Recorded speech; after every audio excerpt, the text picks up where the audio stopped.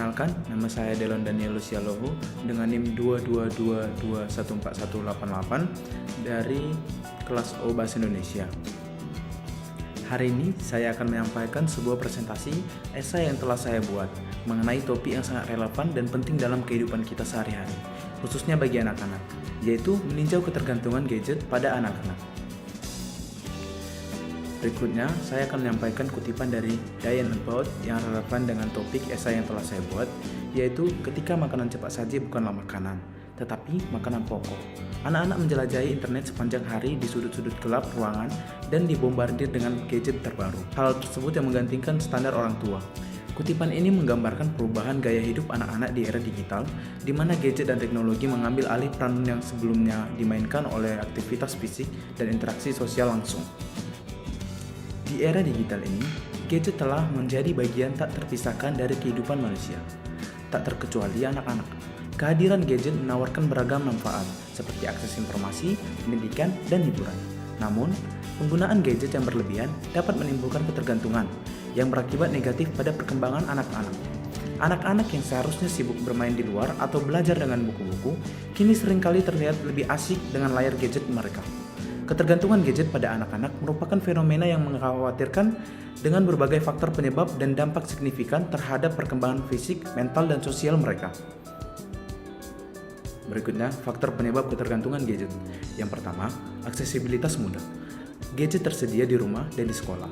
Saat ini gadget sangat mudah diakses oleh anak-anak, baik di rumah maupun di sekolah. Perangkat ini selalu ada di sekitar mereka, sehingga anak-anak dapat dengan mudah menggunakannya kapan saja. Hal ini memberikan mereka akses tanpa batas ke dunia digital.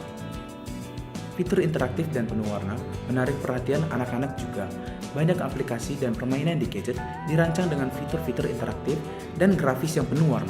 Fitur-fitur ini sengaja dibuat untuk menarik perhatian dan membuat anak-anak merasa tertarik untuk terus menggunakannya. Yang kedua, konten yang menarik.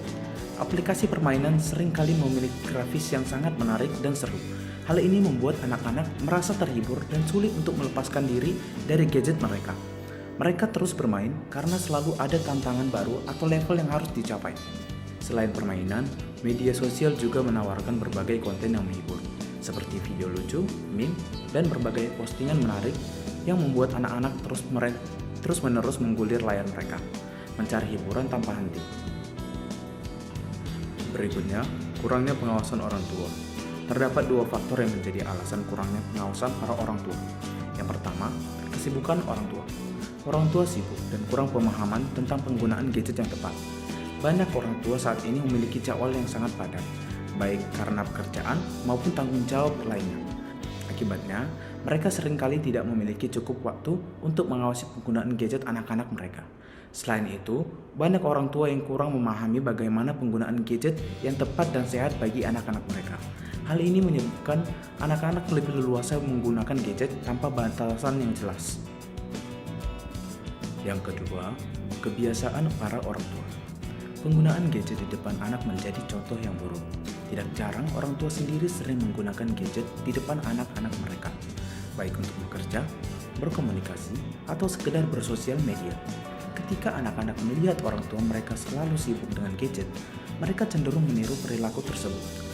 Anak-anak menganggap penggunaan gadget secara terus-menerus sebagai hal yang normal dan wajar, sehingga mereka pun menjadi lebih sering menggunakan gadget. Selanjutnya, dampak fisik dari ketergantungan gadget. Terdapat beberapa dampak fisik. Yang pertama, gangguan penglihatan. Paparan layar gadget yang berlebihan dapat menyebabkan mata lelah, penglihatan kabur, dan bahkan kerusakan mata permanen. Hal ini disebabkan oleh cahaya biru yang dipancarkan dari layar gadget, yang dapat merusak retina mata. Penting bagi anak-anak untuk menjaga jarak pandang dari layar gadget dan mengambil istirahat secara teratur untuk mencegah kerusakan mata. Dampak yang kedua yaitu gangguan tidur. Cahaya biru dari layar gadget dapat mengganggu produksi melatonin, hormon yang mengatur tidur. Hal ini dapat menyebabkan anak-anak sulit tidur tidak nyenyak, dan bangun dengan merasa lelah. Penting bagi anak-anak untuk menghindari penggunaan gadget sebelum tidur dan menciptakan rutinitas tidur yang sehat. Yang ketiga, kegemukan dan obesitas. Kurangnya aktivitas fisik dan makan sambil bermain gadget. Anak-anak yang terlalu banyak menggunakan gadget cenderung kurang beraktivitas fisik. Mereka lebih banyak duduk atau berbaring sambil bermain game atau menonton video dibandingkan berlari, bermain di luar, atau berolahraga. Selain itu, mereka seringkali makan sambil menggunakan gadget, yang bisa menyebabkan kebiasaan makan yang tidak sehat dan meningkatkan risiko kegemukan dan obesitas. Yang keempat, postur tubuh yang buruk karena posisi duduk tidak ergonomis. Anak-anak yang menggunakan gadget dalam jangka waktu lama seringkali duduk dengan postur yang tidak ergonomis. Mereka mungkin membungkuk atau duduk dengan posisi yang tidak baik, yang dapat menyebabkan masalah pada tulang belakang dan postur tubuh secara keseluruhan. Kebiasaan duduk yang buruk ini bisa berakibat pada nyeri punggung dan leher, serta gangguan pada perkembangan tulang belakang mereka. Terdapat beberapa dampak sosial akibat dari ketergantungan gadget. Yang pertama, gangguan konsentrasi dan fokus, yang mengakibatkan prestasi belajar menurun. Anak-anak yang terlalu sering menggunakan gadget cenderung mengalami kesulitan untuk fokus dan berkonsentrasi, terutama saat belajar. Perhatian mereka mudah teralihkan oleh notifikasi atau keinginan untuk bermain game dan menonton video. Akibatnya, prestasi akademik mereka bisa menurun karena kurangnya konsentrasi saat belajar. Yang kedua, kecemasan dan depresi akibat dari paparan konten negatif dan cyberbullying. Penggunaan gadget yang tidak diawasi bisa membuat anak-anak terpapar pada konten negatif di internet, termasuk kekerasan, pornografi, dan berita yang menakutkan. Selain itu, mereka juga bisa menjadi korban cyberbullying, yang dapat menyebabkan masalah kesehatan mental seperti kecemasan dan depresi. Paparan ini bisa sangat berbahaya bagi perkembangan emosional anak-anak. Yang ketiga, keterampilan komunikasi yang buruk atau kurangnya interaksi sosial. Anak-anak yang terlalu banyak menghabiskan waktu mereka dengan menggunakan gadget seringkali kurang berinteraksi secara langsung dengan orang lain. Mereka mungkin mengalami kesulitan dalam mengembangkan keterampilan komunikasi dasar, seperti berbicara, mendengarkan, dan memahami perasaan orang lain. Akibatnya, kemampuan mereka untuk berkomunikasi dengan efektif dapat terhambat. Yang keempat, perilaku agresif. Yang keempat, perilaku agresif akibat paparan konten kekerasan dan video game yang tidak sesuai. Konten kekerasan di video game dan media lainnya bisa mempengaruhi perilaku anak-anak, membuat mereka lebih agresif dan impulsif. Mereka mungkin meniru perilaku yang mereka lihat di game atau video yang bisa berakibat negatif pada hubungan mereka dengan teman sebaya dan anggota keluarganya sendiri. Selain itu, jika orang tua tidak memenuhi keinginan anak untuk membeli item dalam game, anak bisa menjadi tantrum dan menunjukkan perilaku yang agresif. Yang kelima, isolasi sosial akibat kesulitan menjalin hubungan dengan orang lain. Ketergantungan pada gadget dapat menyebabkan anak-anak merasa terisolasi dari lingkungan sosial mereka.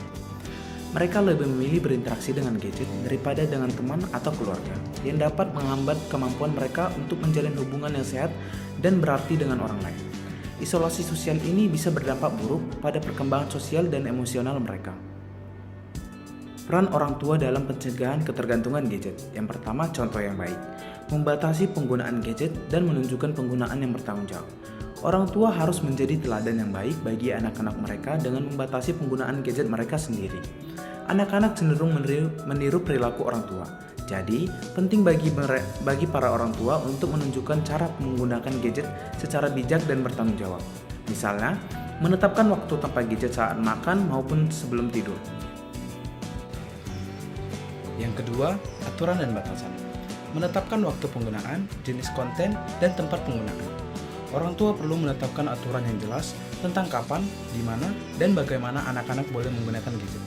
Misalnya, menentukan waktu maksimal penggunaan gadget setiap hari, memilih konten yang sesuai dengan usia, dan melarang penggunaan gadget di kamar tidur atau saat makan bersama keluarga.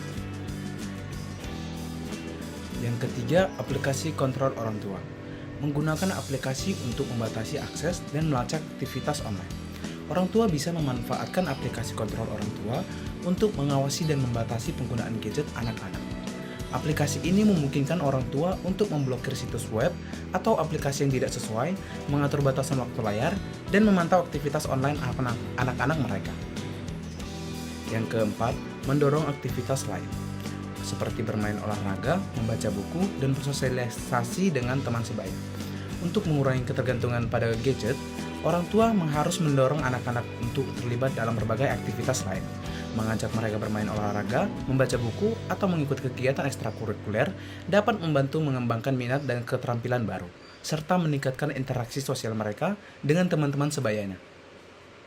Selanjutnya, peran sekolah dan masyarakat dalam pencegahan. Yang pertama, edukasi tentang penggunaan gadget yang tepat. Sekolah dan masyarakat memiliki peran penting dalam memberikan edukasi kepada anak-anak mengenai penggunaan gadget yang tepat dan bertanggung jawab. Program pendidikan digital dapat membantu anak-anak memahami kapan dan bagaimana sebaiknya menggunakan gadget, serta mengenali risiko dan manfaatnya. Yang kedua, menyediakan kegiatan positif.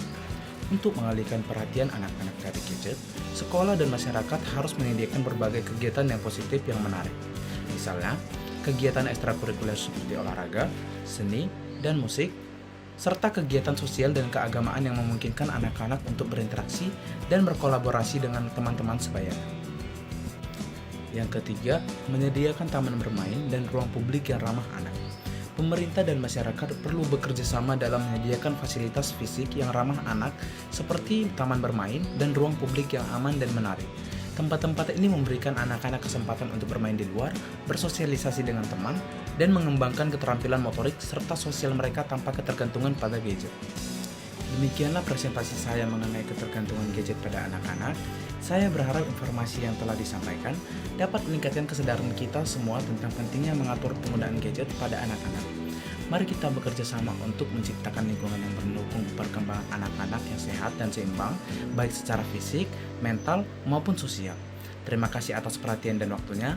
Jika terdapat kesalahan informasi atau kalimat yang saya ucapkan, mohon berikan masukan di kolom komentar. Saya Deron Daniel Lucialowo, pamit undur diri. Terima kasih.